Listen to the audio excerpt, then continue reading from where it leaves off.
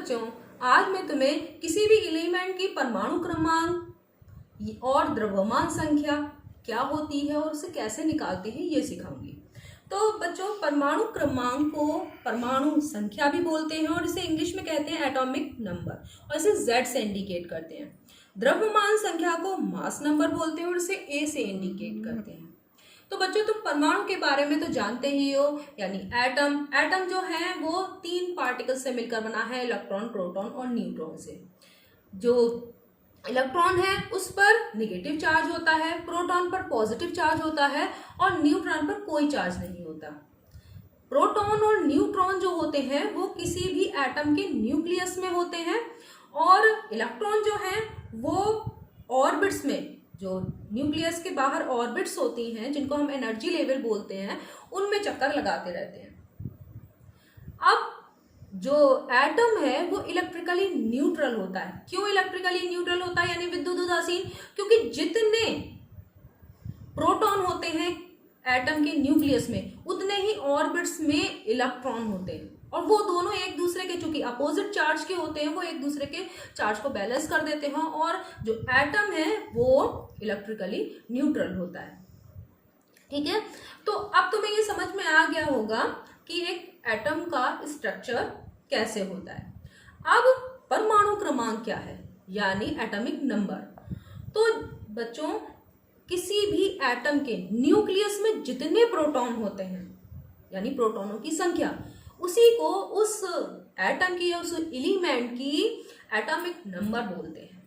ठीक है, तो प्रोटॉनों की संख्या चूंकि इलेक्ट्रॉनों की संख्या के बराबर होती है तो परमाणु क्रमांक यानी एटॉमिक नंबर या तो प्रोटॉनों की संख्या के बराबर और वही क्या है, इलेक्ट्रॉनों की संख्या के भी बराबर होता है।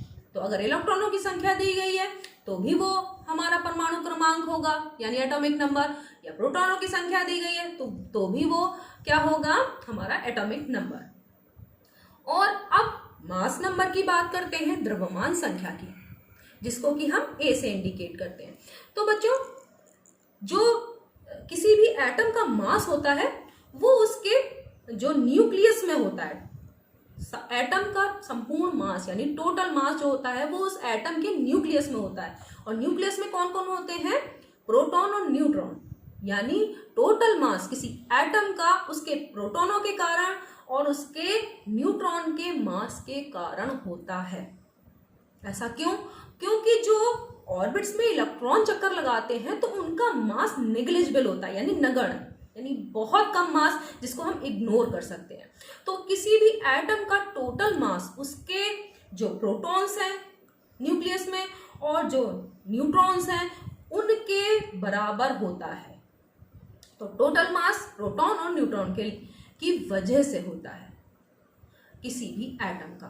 तो अब इसीलिए जो हम जो एटम का मास नंबर निकालते हैं तो वो किस किस को जोड़ते हैं, प्रोटॉनों की जितनी संख्या है और जितनी न्यूट्रॉनों की संख्या यानी नाभिक में, ये दोनों नाभिक में होते हैं और संपूर्ण मास किसी भी परमाणु का उसका नाभिक में होता है। तो नाभिक में उपस्थित प्रोटॉनों और न्यूट्रॉनों की संख्या को जोड़ा जाता है द्रव्यमान संख्या निकालने के लिए। तो अब चलो, हमने बहुत सारे ये एलिमेंट्स लिए हैं और इन एलिमेंट्स के देखेंगे यानी तत्व कि इनके एटॉमिक स्ट्रक्चर भी दिए हैं। हम इसके जो एटॉमिक नंबर है और मास नंबर है कैसे निकालेंगे, चलिए जानते हैं। देखो, ये एक हाइड्रोजन का एटम है।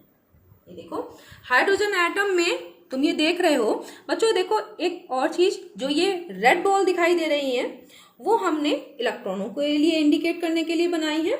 जो ये ग्रीन है ये प्रोटॉन है और ये जो ब्लू है वो न्यूट्रॉन है। अब इसमें देखो कि तुम तो ये जानते हो कि जितना इलेक्ट्रॉन होते हैं उतने ही प्रोटॉन होते हैं। तो इसमें एक इलेक्ट्रॉन एक प्रोटॉन। अब इसमें क्या तुम्हें न्यूट्रॉन दिखाई दे रहे हैं? नहीं, तो नाभिक में न्यूट्रॉन नहीं है, 0 है। तो अब इसका जो एटॉमिक नंबर हो गया वो क्या हो गया, एटॉमिक नंबर होता है प्रोटॉनों की संख्या या इलेक्ट्रॉनों की संख्या। तो इसका एटॉमिक नंबर क्या हो गया, 1 यानी 1। और जो मास नंबर है यानी द्रव्यमान संख्या है वो प्रोटॉनों की संख्या नाभिक में उपस्थित और न्यूट्रॉनों की संख्या के योग के बराबर। यानी हम दोनों को ऐड करेंगे। अब यहाँ न्यूट्रॉनों की संख्या तो 0 है, तो प्रोटॉनों की संख्या 1 है। अब 1 और 0 को जोड़ेंगे तो 1 ही आएगा कि नहीं। तो इसकी जो द्रव्यमान संख्या है यानी मास नंबर, वो भी क्या हो जाएगा, 1 हो जाएगा।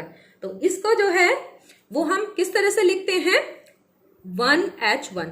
H क्या है, हाइड्रोजन का सिंबल है। 1 ये जो नीचे वाली संख्या है वो उसके एटॉमिक नंबर को यानी परमाणु क्रमांक को प्रदर्शित करती है, और ऊपर वाली संख्या उसके मास नंबर को यानी द्रव्यमान संख्या को। तो यहां पर इसका परमाणु क्रमांक 1 है, और यहाँ पर अगर हम इसकी द्रव्यमान संख्या यानी जो मास नंबर देखें तो वो 1 और 0, यानी क्योंकि यहाँ पर न्यूट्रॉन है ही नहीं तो संपूर्ण मास हाइड्रोजन एटम का किसकी वजह से होगा, प्रोटॉनों की वजह से। तो प्रोटॉन 1 है तो इसका मास नंबर क्या हो गया, 1। अब इसको देखो, कार्बन का एक एटम है, तो कार्बन एटम में तुम देख रहे हो कि कितने, 2 शेल इसमें जो है इलेक्ट्रॉन है। तो पहली शेल में कितने हैं, 2, क्योंकि मैक्सिमम 2 ही हो सकते हैं, और दूसरी में कितने दिख रहे हैं, 4। तो दोनों को जोड़ोगे तो कितने हो जाएंगे, 6। देख रहे हो 6 इलेक्ट्रॉन है। अगर 6 इलेक्ट्रॉन है तो 6 ही प्रोटॉन होंगे। ये ग्रीन वाली बॉल देखो 6 ही हैं, तो जितने इलेक्ट्रॉन उतने ही प्रोटॉन, और वो क्या होता है उसका एटॉमिक नंबर। तो एटॉमिक नंबर क्या हो गया इसका, 6। अब हम देखेंगे कि इसका मास नंबर क्या है। तो मास नंबर के लिए हम न्यूट्रॉनों की संख्या और देख लेंगे। तो गिनो, ये ग्रीन वो जो ब्लू वाली बॉल है वो कितनी है, 1 2 3 4 5 6। तो देखो प्रोटॉनों की संख्या भी 6 है और न्यूट्रॉनों की संख्या भी 6 है। इन दोनों को अगर जोड़ दो तो 6 और 6 कितना हो गया, 12। तो इसका मास नंबर क्या हो गया, 12 यानी 12। तो इसको कैसे लिखेंगे, 6C12। 6 क्या है, इसका परमाणु क्रमांक यानी एटॉमिक नंबर, और 12 क्या है, इसका मास नंबर। कार्बन का प्रतीक C है यानी सिंबल। अब आगे देखो सोडियम का एटम। तो सोडियम एटम का स्ट्रक्चर ये है। अब इसमें देखो KLM, 3 शेल भरी हुई है। 3 शेल में क्या है, इलेक्ट्रॉन है। अब इलेक्ट्रॉनों की संख्या को गिनो, 2 2 2 4 2 6 2 8, 8 और 2 10 हो गया, और 1 11। 11 इसमें इलेक्ट्रॉन है। अगर 11 इलेक्ट्रॉन है तो ग्रीन वाली बॉल यानी प्रोटॉन कितने होंगे, 11 ही होंगे। अब हम न्यूट्रॉनों की संख्या को और गिन लेते हैं, 1 2 3 4 5 6 7 8 9 10 11 12। तो 12 इसमें न्यूट्रॉन है और 11 प्रोटॉन है। तो टोटल कितने हो गए, 23 यानी 23। तो इसका मास नंबर क्या हो गया, 23 यानी 23, और इसका एटॉमिक नंबर क्या हो गया, 11 यानी 11। तो इसको कैसे लिखेंगे, 11Na23, यानी 11 क्या है इसका एटॉमिक नंबर और 23 क्या है इसका मास नंबर। अब इसमें देखो ये कैल्शियम का जो एटम है उसका स्ट्रक्चर है। तो इसमें देखो कि इसमें KLMN ये 4 एनर्जी लेवल में इलेक्ट्रॉन्स हैं। तो इनको गिनो, 2 ये, और दूसरे में मैक्सिमम कितने होंगे, 8, और फिर 1 2 8 के बाद 2 ये हो गए, और 8 10 हो गए, फिर 11 12 13 14 15 16 17 18 और 19 20। 20 टोटल इसके इलेक्ट्रॉन्स है। तो अगर 20 इलेक्ट्रॉन होंगे तो कितना प्रोटॉन होंगे, 20 ही प्रोटॉन होंगे। तो एटॉमिक नंबर क्या हो गया इसका, 20 यानी 20। तो कैल्शियम का एटॉमिक नंबर क्या होता है, 20 यानी 20। अब एटॉमिक नंबर तो तुमने निकाल लिया। मास नंबर के लिए क्या करते हैं, हम न्यूट्रॉन्स को और गिनते हैं। तो न्यूट्रॉन की संख्या देखो कि अंदर कितनी है, 1 2 3 यानी 1 2 3 4 5 6 7 8 9 10 11 12 13 14 15 16 17 18 19 20। तो 20 ही इसमें क्या है, न्यूट्रॉन है। अब देखा 20 ही प्रोटॉन और 20 ही न्यूट्रॉन, तो जो इसका मास नंबर है इन दोनों को जोड़ दो, कितना हो गया, 40। तो कैल्शियम का मास नंबर कितना है, 40, और कैल्शियम का एटॉमिक नंबर कितना है, 20, यानी उसके इलेक्ट्रॉन या प्रोटॉनों की संख्या।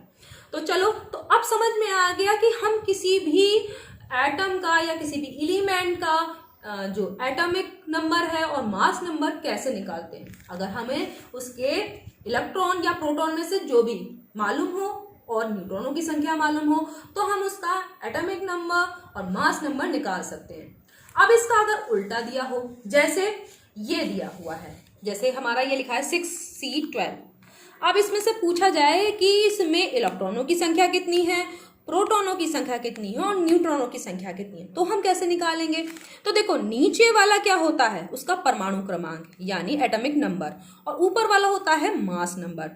और परमाणु क्रमांक इलेक्ट्रॉनों की संख्या या प्रोटॉनों की संख्या के बराबर होता है। तो अब अगर 6 कार्बन का एटॉमिक नंबर है तो इसमें इसके इस एटम में क्या होगा, 6 ही इलेक्ट्रॉन होंगे और 6 प्रोटॉन होंगे। तो इलेक्ट्रॉन और प्रोटॉन की संख्या तुम आराम से निकाल लोगे। अब देखो इसका मास नंबर दिया है 12। अब मास नंबर में क्या क्या होता है, प्रोटॉन और न्यूट्रॉन की संख्या ऐड होती है और यही ये प्रोटॉनों की संख्या है। अगर इस मास नंबर में से हम ये संख्या यानी एटॉमिक नंबर घटा दें तो क्या बचेगा, सब्ट्रैक्ट करेंगे तो क्या बचेगा, 6। तो 6 क्या आ जाएगी, न्यूट्रॉनों की संख्या। तो समझ में आ गया कि अगर हमें किसी भी एटम का एटॉमिक नंबर और मास नंबर दोनों पता हो तो हम इलेक्ट्रॉन, प्रोटॉन और न्यूट्रॉन की संख्या भी निकाल सकते हैं। तो जो एटॉमिक नंबर होगा वही इलेक्ट्रॉनों की संख्या होगी और वही प्रोटॉनों की संख्या होगी। मास नंबर में से एटॉमिक नंबर अगर घटा दें तो वो उस एटम के न्यूट्रॉनों की संख्या पता चल जाएगी हमें। तो हम अगर इलेक्ट्रॉन, प्रोटॉन और न्यूट्रॉन दिए हों तो हम किसी भी एलिमेंट का एटॉमिक नंबर और मास नंबर निकाल सकते हैं। और अगर एटॉमिक नंबर और मास नंबर दिया हो और इलेक्ट्रॉन, प्रोटॉन और न्यूट्रॉनों की संख्या पूछ रहा हो तो जो एटॉमिक नंबर होगा वही उसका इलेक्ट्रॉनों की संख्या होगी, वही उसके प्रोटॉनों की संख्या होगी। और अगर मास नंबर में से एटॉमिक नंबर घटा देंगे यानी सब्ट्रैक्ट कर देंगे तो हमें क्या पता चल जाएगा, न्यूट्रॉनों की संख्या। तो बच्चों अब किसी भी तरीके से सवाल दिया हो तुम आराम से निकाल सकते हो। धन्यवाद।